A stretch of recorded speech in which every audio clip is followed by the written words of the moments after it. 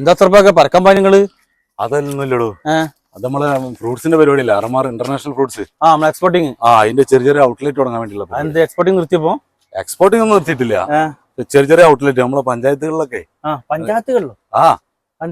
അറിഞ്ഞില്ലേ, ATM ഒക്കെ വരുത്താൻ പോവല്ലേ, കറൻസി പിന്നെ നിരോധിക്കില്ലേ, അതിന് ആ ATM കൗണ്ടറൊക്കെ ഫ്രീ ആവൂലേ. ATM കൗണ്ടറിന്റെ ഉള്ളിലാവുമ്പോ നല്ല തണുപ്പുണ്ടാവും, അപ്പൊ ഫ്രൂട്ട്സ് ഒന്നും കേടില്ല.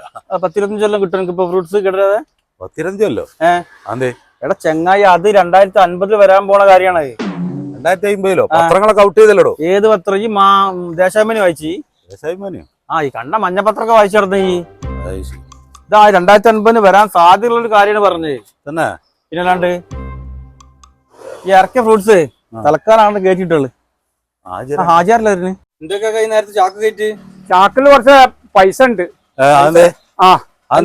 അത് പൈസന്റെ നിരോധനം വന്നിരിക്കുകയാണല്ലോ, അപ്പൊ അതൊന്ന് ചേഞ്ച് ആക്കാൻ വേണ്ടി പോവാ.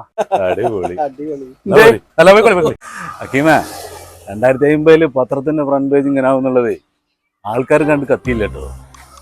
ഇപ്പോട്ടാണ് ഞാനും